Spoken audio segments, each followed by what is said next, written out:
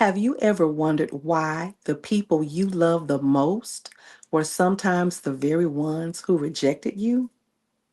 Rejection is one of the deepest emotional wounds that people can experience. Good afternoon, and welcome to On the Wall with Theresa. I am Theresa Shawn McIntosh, and today's topic on the wall is rejected but not refused. Let's get into it. There are different forms of rejection. Sometimes we experience family rejection, church rejection, friendship rejection, marital rejection, ministry rejection, career rejection, and even self rejection. And let's not even mention social rejection, right? What if rejection isn't always proof that something is wrong with you? Oftentimes, when people are rejected, they wonder, what did I do? Why are they rejecting me? But consider this: what if God is using it to redirect, refine, and reveal his purpose in and through you? If there is anybody who has ever understood rejection, Jesus understood rejection.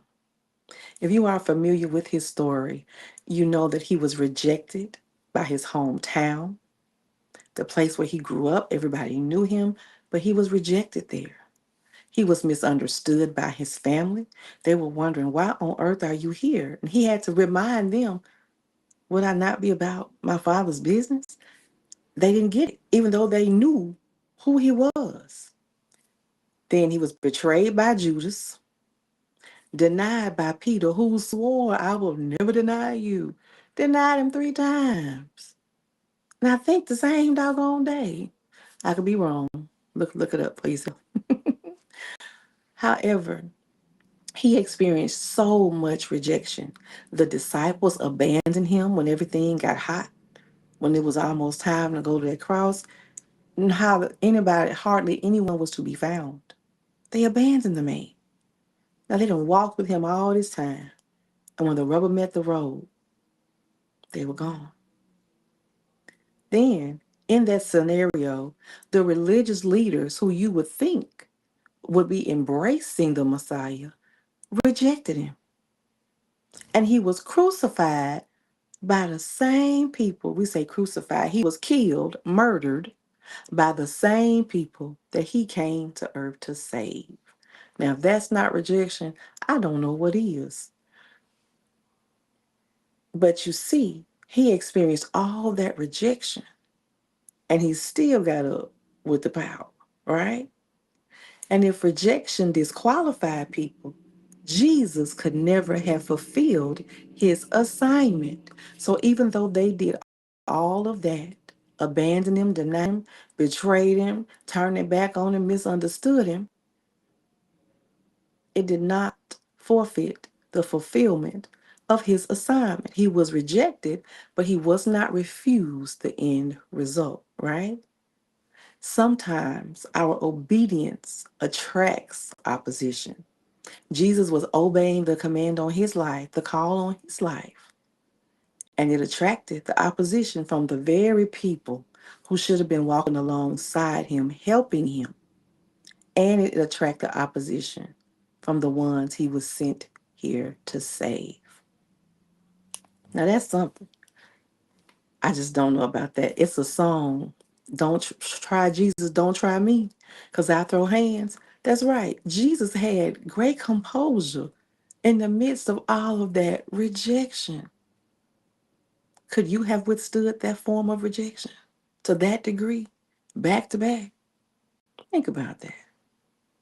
He was rejected, but the end result still came, right?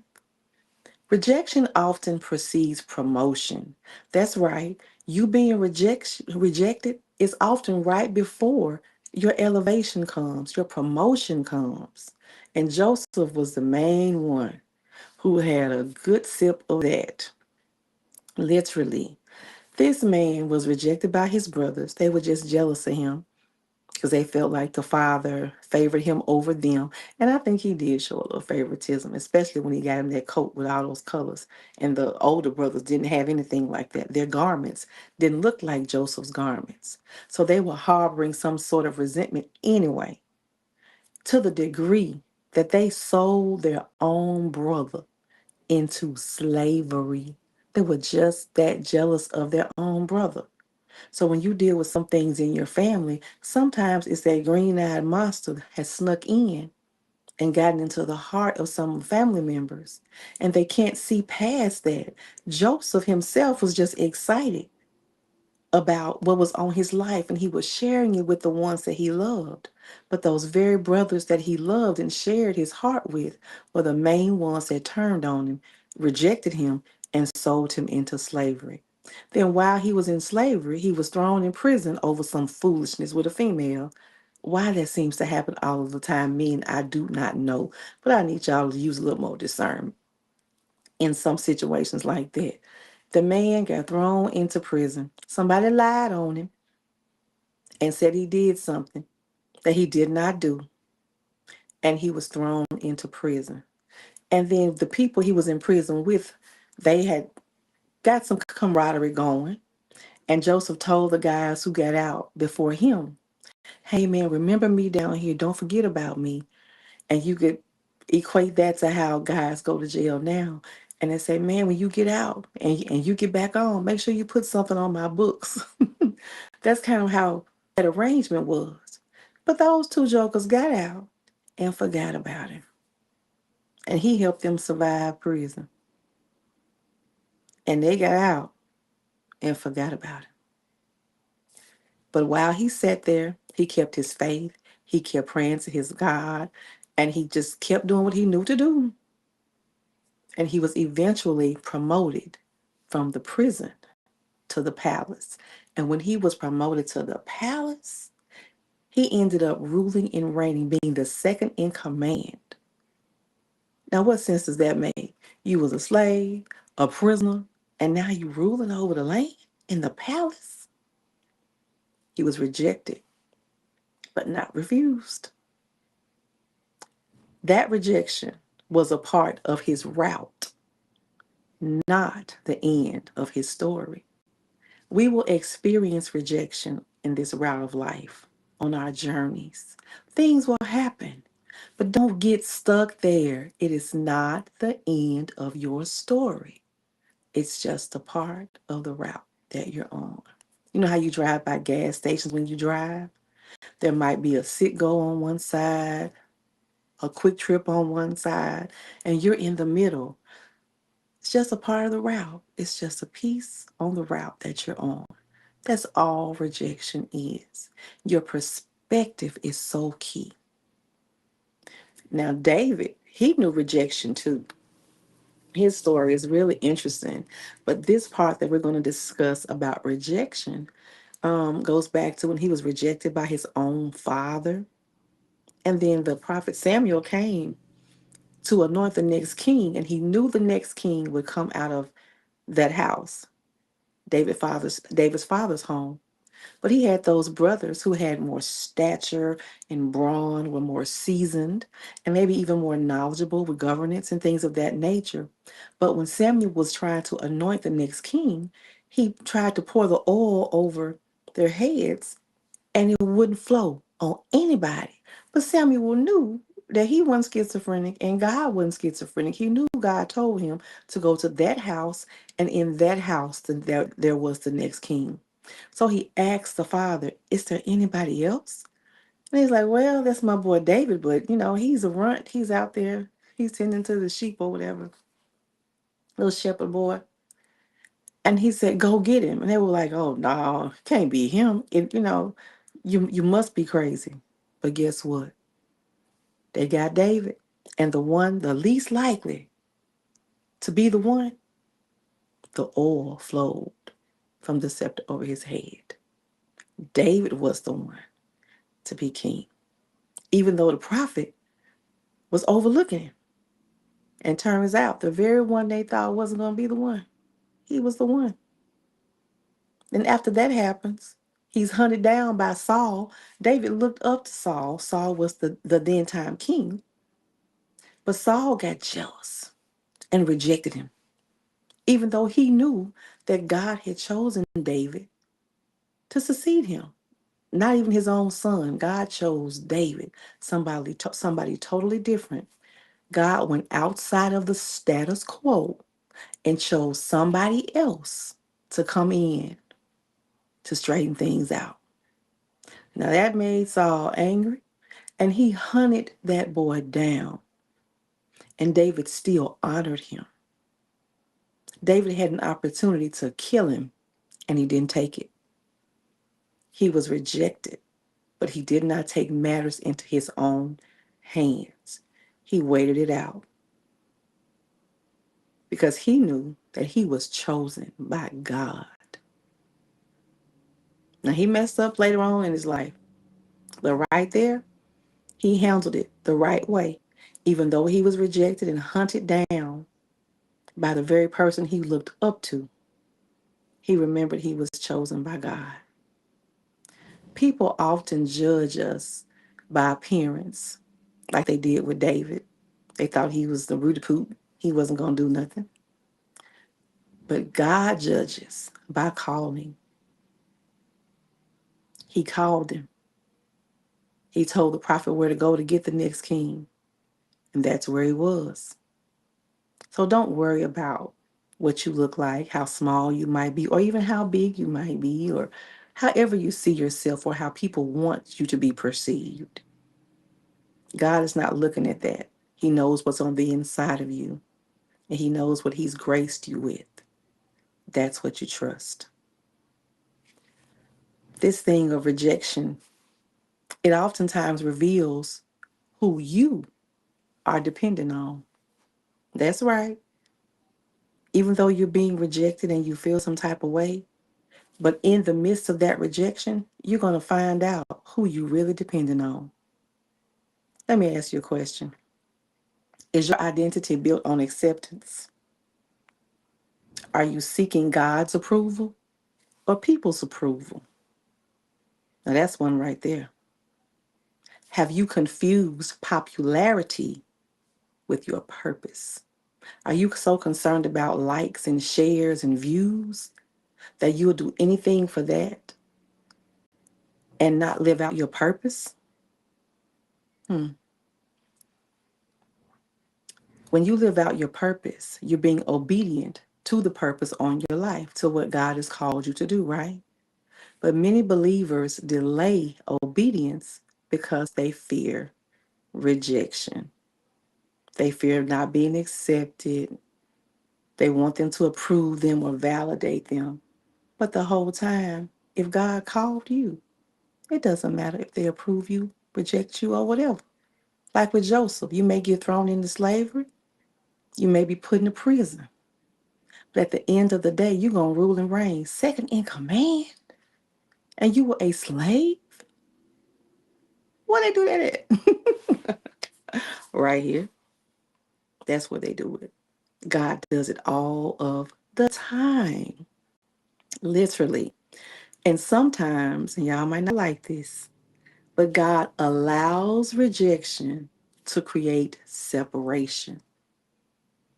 This is so important right here. We get so attached to people in seasons that we don't know how to let go when God is telling us it's time for us to move on. We all do it. We all do it. And other people leave us sometimes because we haven't listened to God when he told us to step. You know your time is up. You know you need to move on, but you won't do it. So then you open yourself up to the feeling or backlash of rejection because the people have to go. They can't go with you. Sometimes people leave because their assignment has ended. Your season has changed, which I find to be the most real for me. My season has changed, but I'm still holding on, want to take everybody with me, not knowing that God is allowing this rejection to protect my future. Think about it. Everybody cannot go where God is taking you. And that's just the reality of things. So sometimes he has to allow the rejection because we won't separate. And then we have to experience that. So don't be so hard on the people because that very rejection that you're getting from them could become divine redirection. I know that might be a tough pill to swallow for some, but in my experience, that's just what it's been. It's been divine redirection, and I'm so grateful that God allowed it. I am so grateful because if I had stayed attached to some of the people that I have been attached to, I would not be right here on the wall with you today. And that's a fact, literally. So, with rejection, we have to know how to heal from that because it creates a wound. It doesn't feel good. We don't like that. And we have to, number one, acknowledge the fact that, hey, this hurt me. You have to acknowledge the hurt. Don't pretend it didn't affect you. And you know it did. You were rejected. Or your boyfriend you were so in love with, he decided he didn't want to be with you anymore. You know that opened a wound. But you have to heal because God has Boaz waiting in the balance. But if you're not healed, how can you receive what God has for you in that stead? I don't know where that's coming from because that is not in my notes. But God knows what he's doing and God knows who it's for. So I hope you receive that part. Number two, with healing from rejection, you have to forgive. I know. Why do you have to be the one to forgive when you were the one that was rejected? Dear heart, the forgiveness is not for them. It is for you. Forgiveness releases you to move on, to not hold on to that baggage, to not carry that weight. Forgive. Then number three, you have to reject the bitterness. Yes, you have to do some rejecting on this one. Do not allow bitterness to keep you connected to the wound. You know how you have an open wound and then the scab comes up? And some people, you pick at it because it's itching, it's getting on your nerves, and you open it back up. That's like bitterness. It just keeps the wound open. If you don't reject the bitterness that comes with rejection, you'll find yourself just sitting like an open wound. And if a wound never heals, it becomes infected. It starts to stink. And sometimes it warrants amputation. You don't want that. That's what bitterness leads to. Reject the bitterness. Don't stay connected to what wounded you. Please don't. And number four, you have to receive your identity from God. Your value comes from the one who created you, not these people around you. God created you. He says who you are. He determined what you would be. He determined your end result from the beginning. Your identity comes from Him, not from the chickens that's chirping around you. Okay? I'm going to leave that right there. And number five, you have to continue loving without becoming guarded. Now, I had to learn that. Honey, I put up some walls like this wall behind me that was so fortified that I wondered if God could even get through for a little while. I was so hurt. I was distraught because some of the rejection I experienced came from people in the church.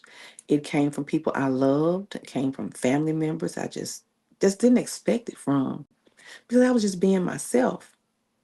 And I had to, learn how to love and let the guard down, let it go. Because if you're so guarded, how can you receive the new love that God has for you or the new friendships and the new family, the new opportunities?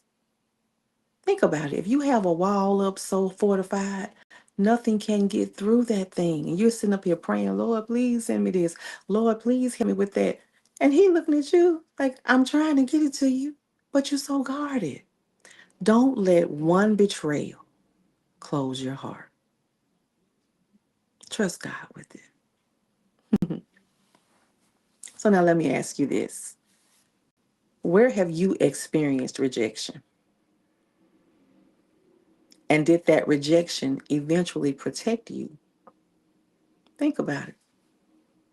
Have you ever looked back at somebody you dated and said, "Oh, Lord, I'm so glad they did me dirty and left me alone because I would have ended up with that.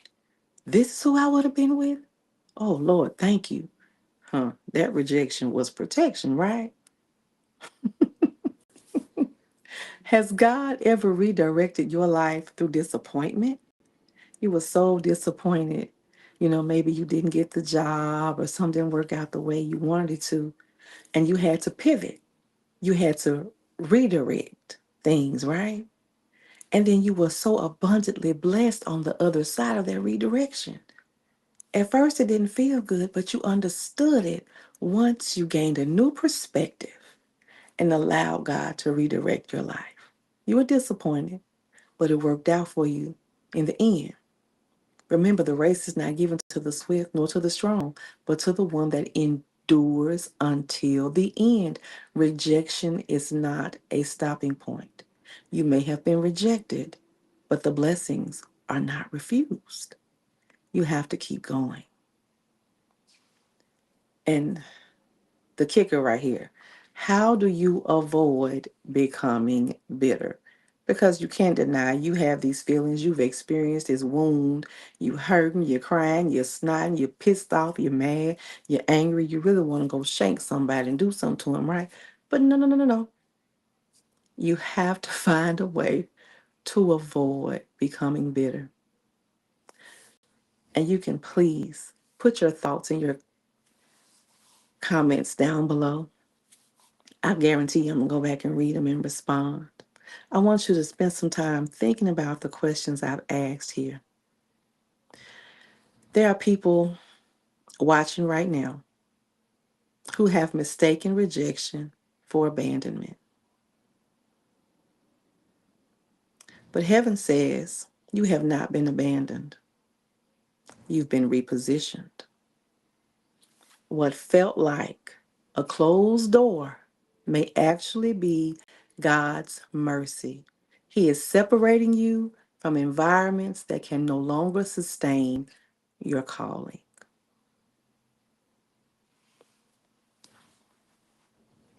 It's God. Embrace it because He's calling you to come up higher. You may have been rejected, but what God has for you, it will not be refused. So I have a challenge for you guys. Yeah, I have a challenge. A lot of people don't like the word challenge, but here it is. Identify one rejection you've never fully healed from. Then I want you to pray specifically about that one rejection each day from today till next Wednesday. Write down what God may have been protecting or preparing you for through that experience. Then I want you to bless somebody who has hurt you by praying for them. That's right. Bless them by praying for them. You experienced it. It happened. But I really want you to see, was God protecting you or preparing you for greater in that situation? That's your challenge this week. I'm going to end it like this. We're on the wall, and we've brought the topic of rejection to the wall. And so many of us experience it. I don't know. I might be the poster child for rejection. Y'all hear me? But I have learned how to lean on the Lord in those times. And I pray in the name of Jesus that all of you who are watching or listening, wherever you're watching from or listening from, that you are healed from rejection, that you experience freedom from bitterness. And I pray for the restoration of your identity, your God-given identities. And I pray that God would give you the courage to obey Him as you seek His approval and not seek man's approval. And Lord, I ask that you would give them the wisdom to recognize your redirection, to know, Father God, that it's you redirecting them and not just the rejection of man. And I pray, Lord, for peace to move forward without carrying old wounds. In Jesus' name. Listen, y'all, people may reject you, overlook you, misunderstand you, whatever. But none of those things can cancel what God has spoken over your life. Your acceptance was settled at the cross. Yes, at the cross. So do not let temporary rejection convince you that God has permanently refused you. That's today's On the Wall with Theresa. I hope you were able to get something out of that. And as you can tell, this one was a little personal for me. But I like to share with people because what I may have experienced may be a blessing to you and help you endure hardness as a good soldier, as the believer has to do. So I look forward to seeing you, same place, same time next week, right here on the wall. Peace and blessings.